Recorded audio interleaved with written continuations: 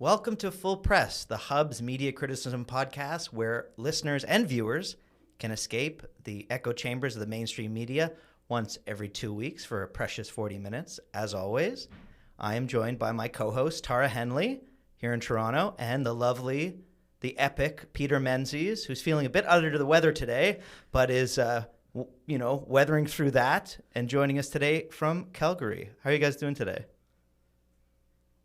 I'm doing great, playing hurt, but happy to be here. Good. Tara, you okay? I am also doing fine.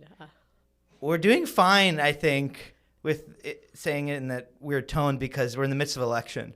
So it's all systems go here at the Hub and beyond. Exhausting but invigorating, I think, is how we'd summarize it. So let's get right to it. We have noticed, I think, during this election over the last few days that both major leaders seem to find the journalists quite pesky or troublesome. I'm not sure they're major fans. Is that fair to say, guys? I think so. I think so. Yeah. Like we saw a few days ago, Mark Carney interact with Rosemary Barton of the CBC, where she was questioning him about his assets, talking about, so you're telling us that, really you have no conflict of interest given all your connection to these private companies, years and years being involved. And he says, look inside yourself, Rosemary. You start from a prior assumption of conflict and ill will, which was poetic in a way, I think. It's also interesting because you had a lot of conservatives giving 2 thumbs up to a CBC reporter saying, yeah, you got him. What did you guys make of that comment? Look inside yourself, Rosemary. Tara? Oh my gosh. That was ridiculous. It was totally absurd thing to say to the press corps, and I think showed a lack of respect for the press in general and for Rosie Barton in particular. I am one of the people who is cheering her on in that instance. I think she asked a really relevant and important and timely question, and she pushed hard on it. Stephanie Levitz from the Globe and Mail was also pushing hard on that. And I think the response from the Prime Minister was absurd. This is the press corps doing their job, holding someone who is not, let's remind everyone, elected yet, to account. Mm-hmm. Mm-hmm. Peter, what did you make of it? What I made of it was basically I talked to an old friend who actually worked at the Bank of Canada many years ago when Carney was there, and he thought that appeared to be quite in character for Mr. Carney because he's apparently not very good at being challenged, and he's not used to that. He's been top dog in most of his positions. So this whole thing with media, the idea that somebody would be rude enough to ask him a difficult question, I think prompted the response that we saw. So that's a political skill, I think, or not, that he has clearly failed to master. And Rosemary Barton being accused of being some sort of conservative shill is perhaps one of the most amusing moments of the year. It's a bit different, than like having a press conference with at the Bank of Canada, financial reporters. They're not digging into your personal life. They're not asking you questions about, your home in Bogota or something like this. So I think he's sorting through that. He's going to have to get a thicker skin. Yeah. I've heard that, he's not, he's not the biggest fan of journalists. And, when you're on a campaign and it's exhausting, you saw him the other day saying, how many more questions are we going to take? Are we done with the local reporters, et cetera? That, he'll have to sort of get his sea legs when it comes to dealing with political journalists. Speaking of political journalists, I want to talk about the Conservatives. Conservatives are not having any journalists follow them on their plane and bus for this campaign. They put out a notice a few days ago. I'd like to assure you that this campaign will be one of the most accessible and transparent campaigns in recent memory. We'll provide 2 to 3 day advance notice to journalists in terms of where we are. As you are aware, costs for travel have risen considerably. And so the journalists will not have a group of reporters. We can explain this to folks in a sec, but usually you have what used to be a pretty sizable gaggle of folks following you around the country in your decaled plane, going to Temiskaming, going to Burnaby, and reporting on what they saw. That's just not happening in the Conservative campaign this time around. Tara, does it trouble you? Do you care? Do you think it's a major deal? Or is Poilievre just following, and we saw this with Ford in the Ontario campaign, what is a tradition no longer, having journalists in tow following the leader's every move on the campaign trail? I do think it's a big deal. I think that it fits with what's happening in the Canadian political arena right now. There is a lot of control about access to journalists. And as a journalist, I'm always going to argue in favor of more access, not less. I do think it raises particular concerns for Radio Canada, in that if you do not have someone from Francophone Canada traveling with the Prime Minister, then he said he will take, or with the Prime Minister, with Pierre Poilievre, if you have him answering questions to whoever is local, you're going to have a diminished kind of percentage of French questions being answered. And so I do think that's an issue for French Canada in particular. And I don't like the increasing control of access to journalists on all parties right now. I will say, though, when a group of journalists travels with a politician like that, I do think, for one, there is more groupthink in the press corps. Pack journalism is exactly. what we call it. Everybody's coming up with the narrative. They're talking back and forth. I don't think that's healthy. And I also don't know how healthy it is to be in a kind of collegial atmosphere with politicians that you're meant to hold to account. So that would be my small caveat, but I'm always going to argue for more access, not less. Peter, here's what I think. Bad in that you can't see the progression or journey of the leader.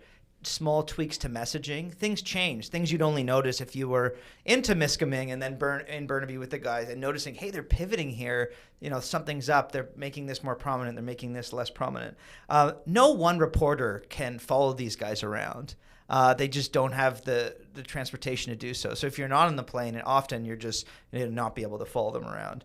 And it's not just the speech writing or the noticing things. It's also like a mood. I think you can only kind of get a sense of a mood if you're there. Are people's moods down?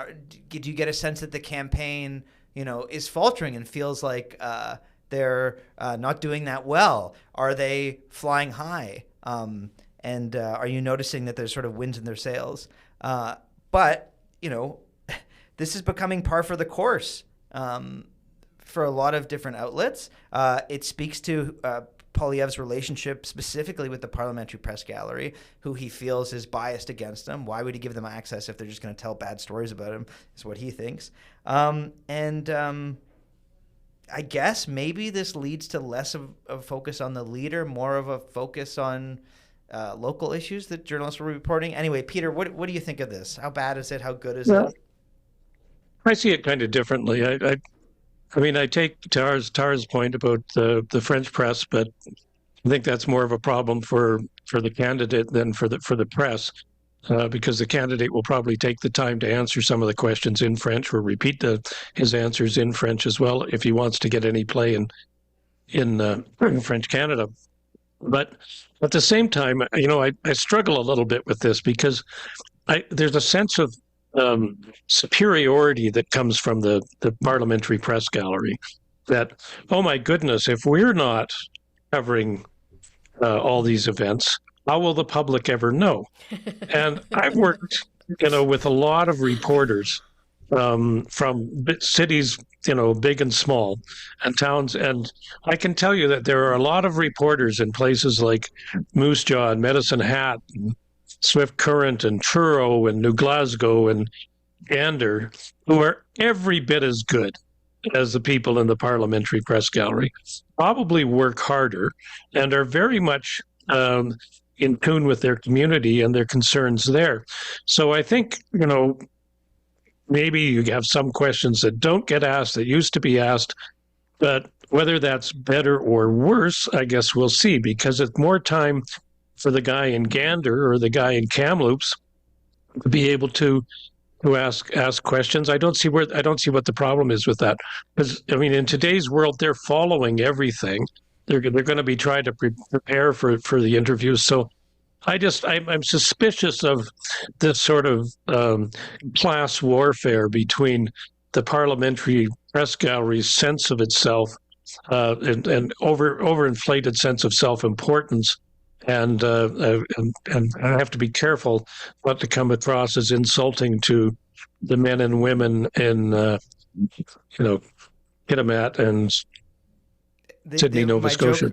Peter, my joke for you here is, if a politician falls in the forest, but the press gallery isn't there to cover him, did he fall? I don't know. But I will just say, I think that's camera. well said. I think what Peter just said is very well said. But there is a thing. So the response from a lot of the press gallery is, this can't be left at the hands of local reporters. They don't know the issues. They don't know the ins and outs of Parliament. They can't be trusted to cover politicians, whether they be local reporters or diaspora reporters. There is something there, but at the same time, if I was one of those reporters, I feel quite offended by the remark. Peter, I will say though that there's a lot less of those reporters, right? There's a lot less of those local reporters just due to funding, etc. So there's definitely a chip how many on do their you need? shoulders. But go ahead, Peter. How many do you need? I mean, there are less, for sure. But I mean, politicians are going to hold media availabilities because they want media to show up and carry some of their message in terms of that. I don't know that that's as important as it used to be, because it used to be very important to have this great relationship with media because you wanted to be chummy with them so that the message you wanted to get out was the one that got out. I don't think that's media's job. I think the relationship between media and politicians should be professional and respectful, but I think it should also be bad. I think it's inherently adversarial. So it's not like we're all on the same team here. That sort of chumminess it can work both ways with the team on the plane, but that groupthink that happens on the plane, I don't think that necessarily serves the public well. I think they used to call them the boys on the bus. I don't care about the politicians. This quote, which I shared with you folks, which I was surprised by, we're not often quoting the Susan Delacour here, but she's talking about all this, and she did note the fact that the public really has no time for a lot of us. This woe is us journalistic, columns about ourselves. Oh, it's so hard. We stay up so late. We're saviors to democracy. I know Peter adores that one. But Susan Delacour says, journalists do themselves no favors when they level the usual protests about their important role as an accountability check in a democracy. That happens to be true, and more so every day in the shrinking media world, but it often comes across as self-importance. What do you think, Peter? Self-importance? Yeah, it does. It comes across as the sort of damsel in distress routine. And I think much of the public looks at that and takes offense, particularly this defender of democracy stuff. Democracy dies in darkness, or democracy dies without us. I mean, talk about an overinflated self-opinion. Journalism is, of course, useful to democracy, but only if the journalists are subscribing to, foundational democratic principles like freedom of speech and freedom of the press and that sort of stuff. And I'm not sure you can say that about every journalist in Canada. So I think they need to, I don't know, what is the phrase? Look inside themselves. And think Peter, about when you this. said damsel, I pictured you in pigtails, hog-tied on a railway track. So I need to get that image out of my head and move on to something else here. Okay, journalists becoming politicians, transitioning into becoming politicians. We saw a case of that over the last few days. Several cases. You can tell me about the other ones. Mm-hmm. The one for me is Evan Solomon, who was probably the biggest political journalist in Canada a few years ago. He got into some trouble around art dealing as it was connected to his presence being a host on a show. I think it was CBC at that point. Anyway, he left the U.S. He left to the U.S., worked for something called the Eurasia Group under Ian Bremmer. Another person that worked at Eurasia Group was and is Mark Carney's wife. So there's an interesting connection there. And Gerald Butts. And Jerry Butts, who also is, attributed as being behind a lot of the push behind Carney entering politics. Anyway, Evan Solomon is now entering politics. He's going to be running in Toronto, and he joins a list that, I don't know, a proud or maybe not so proud list of journalists who've tried to become politicians, some successful, some not. Tara, I just wanted to get your sense of that, him entering the fray, and what does this mean for sort of journalism? Is it an advisable career path, and will I see you putting up signs in coming years with a hammer in hand? You will not. No? See me putting Why up not? signs. Does a good journalist a good politician make, I guess is what I'm trying to say. I mean, it's a long tradition, and we've seen it a lot. We've seen it a lot recently. We saw Marcy Ian go to the Liberals. We saw Andrew Lawton sign up for the Conservatives. Jamil Javani, of course, is now an MP. Can I add some more? Chrystia Freeland, Seamus O'Regan, Peter Kent, Pamela Wallen, Mike Duffy. There's my list. Sorry, go ahead. It's a long tradition, for sure. I do wonder, and Greg Brady. Greg Brady, yes. Greg Brady. We were talking about, Yes. since we last spoke about him, he has become a politician. Yes, running he's in running Ajax. running in Ajax for the Conservatives. I mean, like I said, it's a long tradition. This has been happening for a really long time. I do think it raises some questions about trust. I mean, if we say that we are aspiring to be neutral, objective journalists, and then we move on to become overt political actors in the country. I don't know. I don't have a last analysis on it, but I do wonder about that question with trust. Peter, does a good journalist a good politician make? What do you think? No, because I would, they can, obviously. That's a kind of sweeping generalization, but when you look at it, like, who are the most trusted individuals in society, and what would you choose? If you're looking to build public trust as a political party, I'm not sure you'd pick a journalist. The public certainly with great doesn't. respect, Look at the public opinion polls. With great respect to the journalism community, I don't know if they rank above or below politicians in public trust, in sense of public trust, but I know they're very much below. I also note that a lot of them are broadcasters. They don't come from the print, or I think, as we say in the 21st century, text community. When it comes with that, and that means that they're primarily hired because they can speak authoritatively on things they don't necessarily know very much about, and that helps the party get its message out. So that's my guess on that. But I don't know that, I'm more interested in Evan Solomon's case. It's been a while since he's, been a working journalist. He's been off with the Eurasia Group. I'm actually more curious to know, what is the Eurasia Group? Who are these guys? Jared Butts is there. He's there at the swearing in. Evan Solomon flies in from New York to take over Marcy's old position. A woman of color is leaving as an MP, and you're replacing him with a white male.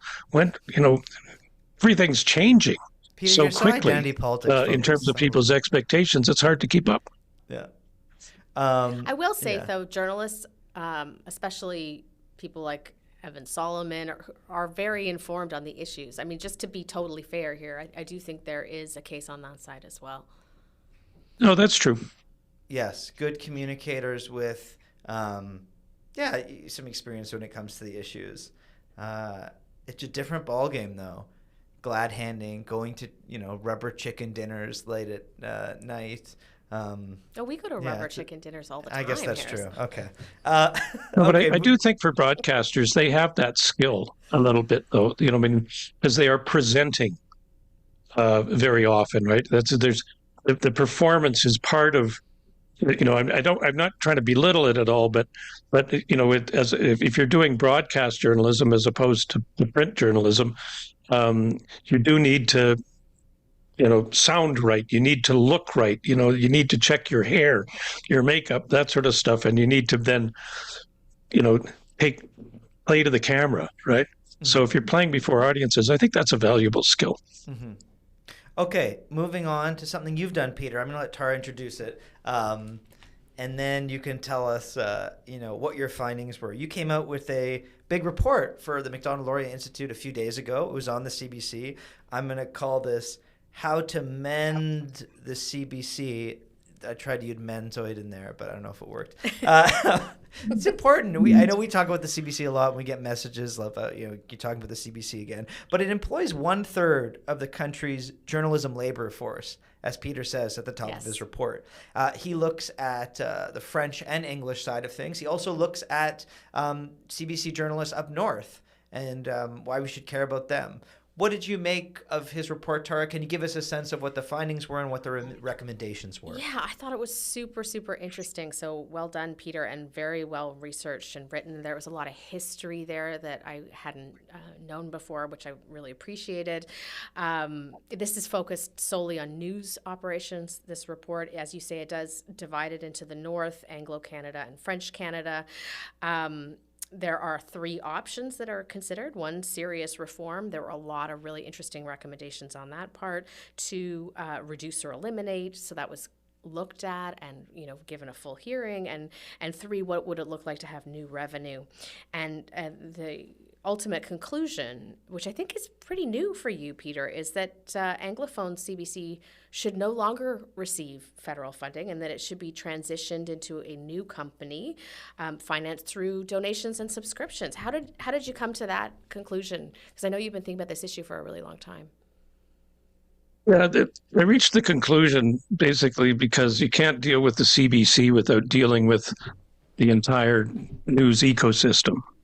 In that sense, anything you do with the CBC is going to impact the entire news ecosystem. And I believe that my conclusion, anyway, when I went through, is that we need to get media off government subsidies because that is being counterproductive. I think that the idea, if public trust goes down, the more the subsidies go up. And if the end goal is to have trusted information, what are you actually subsidizing there? So I want to see a more subscription-based platform. I think we need to move forward to that gradually. Some people are already there, but people are going to have to get used to paying for news. So when it comes to the CBC, they can lead in that. I don't think there's there's obviously it's controversial in many ways. But if I did the math, if everybody paid $30 a month for a subscription, which is less than you pay for your Globe and Mail, certainly than I pay for my Globe and Mail subscription, for instance, and you have 15 million homes in Canada, that's a potential pool of $5.4 billion. Now, I mean, you can take the Francophone homes out if you want. You can change it to $20 a month. You can play with it all you want. But, all you need is somewhere between 10 and 20% of Canadians to buck up for the CBC, and they'll be okay. Will they subscribe? Would people actually subscribe? Well, I was on Kathleen Petty's show a couple of weeks ago. This is a very small sample, but I threw the idea. Actually, it was last week. Alberta at Noon in CBC Radio 1 in Calgary. And I threw the question out. I said, well, would you subscribe? If the government took away funding, would you subscribe? And there were only like 3 or 4 people who answered. They all said yes. I guess there'd be a price point and that sort of stuff. But I think if you go down that road, you can reach a conclusion. There's all kinds of issues in there, like public access. But if you look at people who do offer subscriptions, they're done in all kinds of different ways where you get 1 or 2 free a day, and you go deeper, you need a subscription, that sort of stuff. But I think we do need to move to that, because right now, every dollar you give to the CBC is practically, it unbalances the playing field. So it becomes to the benefit of the CBC, but it becomes to the detriment of the Toronto Star and the Calgary Herald and the Halifax, whatever. So that's the only way you reach balance is to have everybody on a similar playing field, and that playing field should be appealing for readers. I think you're going to get better journalism that way. And they would need to sort of retool and refocus. But how much do we know how much, Peter, right now that English Canada is spending on its news coverage in particular? We do. I can't remember the number off the top of my head, but when I did the math, it came out to 540 million. That was going to be more than enough to cover for news. I think the number is, and I may have to correct myself at some point, but I think that the numbers that they were spending on news were somewhere around 200 to 250 million That's what I thought too. on each side. The entertainment and other things were roughly 300 million. Entertainment, sports, that sort of stuff. And then there was in the analysis, the figures I was looking at, there was another 300 million or so that nobody was exactly sure what they're spending it on. But there's lots of things, that could be in there that are not necessarily unreasonable, like capital costs, overhead, et cetera, et cetera. Just moving to one more subtopic before we throw out our bouquet. We're going to head west and kind of down to the U.S. for a second here, because your premier did something a few weeks ago, Peter, that only came to light a few days ago, and CBC argues that raises this opinion within a piece, this idea that she's now the U.S. has interfered in the Canadian election through an appearance she made on Brietbart News, which is a controversial, I hate the word right-wing, conservative media outlet in the U.S., where she said conservatives were doing very well in the polls a few months ago. Then Trump brought up this unjust and unfair tariff argument. It's boosted liberal support. And she said, listen, you guys should put things on pause. She said she told U.S. administration officials should put the tariffs on pause so we can get through this election. She also said, and I think this is the most important part, which probably pisses off the federal conservatives, she talked about Poilievre's perspective being very much in sync with the new direction in America and, bringing him up close to Trump in terms of similarities. Tara, what did you make of this whole affair? Keep in mind, I think people need to realize this was taped many weeks ago, and Canadian media only found out about it recently. Is this interference of some sort, or is it much ado about nothing? Well, it's not much ado about nothing, but it's not interference.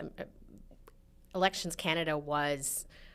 this was flagged, and the response was this does not meet the definition of election interference. So I think we have to be very clear on that.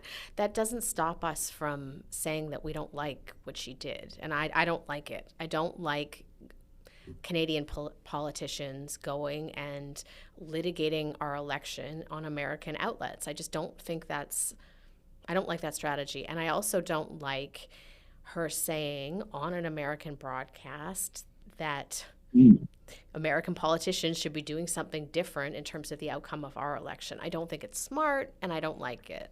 Is it election interference? No, it is not. But I don't like it. Peter, what's your take on all this? A lot of folks in Alberta say, she's one of the only ones that have been standing up for Alberta and making these field trips into the U.S. to, push the cause of Albertans, push the cause of Canadians. It's all in an effort for good. What did you think of her efforts, and then how the media wrote about said efforts? Yeah, well, I think what I think about her efforts is probably not necessarily of interest to people in that sense, but what I found more interesting, because what difference does that make in that sense? What I found interesting is the sort of the breakdown of media approach to this, right? In part, and it's come about lately. There's a name I didn't recognize, but a fellow writing for the Calgary Herald who a couple weeks back, and I mentioned it in my Substack, was very alarmed that Danielle Smith was going and meeting, and I think she's got another one planned for this weekend or next. Going down south and talking to these, I think he used the term alt-right outlets. Now, she's been doing that for some time, and you can agree or disagree with the strategy, but her belief on that is that she can get the message through to Trump by working through the sort of media that Trump pays attention to. that you're not going to, if you show up on CNN, Trump's not going to hear you. But if you show up on Fox or Breitbart or appear with Ben Shapiro, which is her next stop, that's where you're going to get the message through. I'll leave it to political pundits to debate that. But the media it's interesting because some of it is like shock, this alarming. What is our premier doing talking to these alt-right outlets, right? They seem offended by the fact that she would speak to them at all. And then there's others, like I saw a piece just this morning by Chris Nelson, who used to be my boss at the Calgary Sun a million years ago, sort of writing a critique of media, sort of saying, stop it with the the oh my God, there goes Danielle again, sort of thing. And that was in picturing you as a the damsel Western Standard. again. Rick Bell has also defended her. Well, this is the thing. Like, it's all around this idea of platforming. This whole concept of like that you shouldn't be engaging with certain folks. Yes. Some would see that as trying to engage in some sort of conversation so we're not caught in our, bubbles, lobbing rocks at each other from across the way. I noted that Gavin Newsom had Steve Bannon on his podcast recently. I think there's a lot of people frustrated about platforming there. But yeah, this has been her tactic for quite some while. We'll see what, comes out of it. I don't think it helped the Conservatives, the federal Conservatives on the campaign trail this week. And she's got in trouble for comments made on past podcasts. But yeah, I think this idea that it's actual like interference is a bit much. The threshold is obviously quite high for that. I should add as an anecdote that I'm responsible, at least in part, for the beginning of Danielle Smith's newspaper career many years ago when she was hired as another an editorial journalist, writer. politician. Go ahead. That's Peter. right. I keep interrupting. That's right. We were looking for somebody who could write an intelligent editorial on oil and gas policy, and we had to go outside the newsroom to find one. So that's where that started. Yeah, and she is prone to, I think they call them sort of walkabouts like that. She speaks her mind sometimes when she shouldn't, but anyway, there you go. There is a tradition as well. I don't know if these folks are journalists, more presenters, hosts, but there's a tradition for politicians when they screw up and lose to, I have to still be in the public eye somehow. My name has to be on the tip of people's tongues still. So they go and they become a radio host. John Tory did it. Danielle Smith did it. I think after her Wild Rose days, you can correct me if I'm wrong, Peter. And you kind of stay in the mix. I hear that person's voice. And then, then they're on a ballot again suddenly and re-entering politics, using journalism to sort of keep their name out there. Let's stay out west, Peter, because we love the West. You mentioned a guy's name, Rick Bell. He's a columnist, I believe, for the Calgary Herald. Am I correct? Yeah, it was for the Calgary Sun back when they were both being treated as different. As Coast Media merged all its operations for a while, the only difference between the Calgary Sun was that Rick Bell wrote for them and Don Braid wrote for the Calgary Herald. But now they appear on both platforms, so I don't even know why they have them. But yeah, he's been there you're giving him a bouquet. Why this week? Why does Rick get to catch the bouquet? I'm giving him a bouquet because a couple of weeks ago or just a week ago, I guess, when Mark Carney announced his cabinet, it was 2 weeks. Anyway, I can't remember. It was the smallest representation since Alberta and Saskatchewan were provinces in 1905 of Western MPs in a cabinet with two. And Carney got questioned on it and, gave what I thought was a fairly weak answer. And yeah, it was a performative cabinet. I get that. But I was kind of looking for a little Western fire and outrage and that sort of stuff. The old, God damn those Easterners sort of thing. Anyway, even as I put it in my Substack, the reliably outraged Western Standard didn't. But good old Rick Bell, the dinger as he is known in these parts, did come through with another humiliation for the West column. So just to know that the old fires are still burning. That's my bouquet for this week. And he's someone who has deep sources within Danielle Smith's office. I'll note that Carney's defense was that him as well as Freeland were born out west, and therefore, could understand the Western ways and use them while invoking policy making moves. Tara, what did you think of Rick's take on this and Westerners wagging their fists at us? Well, I'm across the also way? a Westerner. Oh yes, oh my gosh, we're being infiltrated here. But you're from BC, so anyway, what did you, as a Westerner, as a transplanted Westerner, who suffers through Toronto each and every day, what did you make of Carney's move and Rick's take on it? I'm always up for a little Western fire, so I was glad to see that was our bouquet. I think the response was pretty weak. I'll leave it at that. Western fire. Okay, we're going to keep the fire burning, and it'll last till 2 weeks from now, where we will be keeping the full press on the air throughout the campaign. Happy to be doing that, and happy to have you two joining us here at Full Press. I'll see you again 2 Thursdays from now. Stay frosty, everyone. Be well.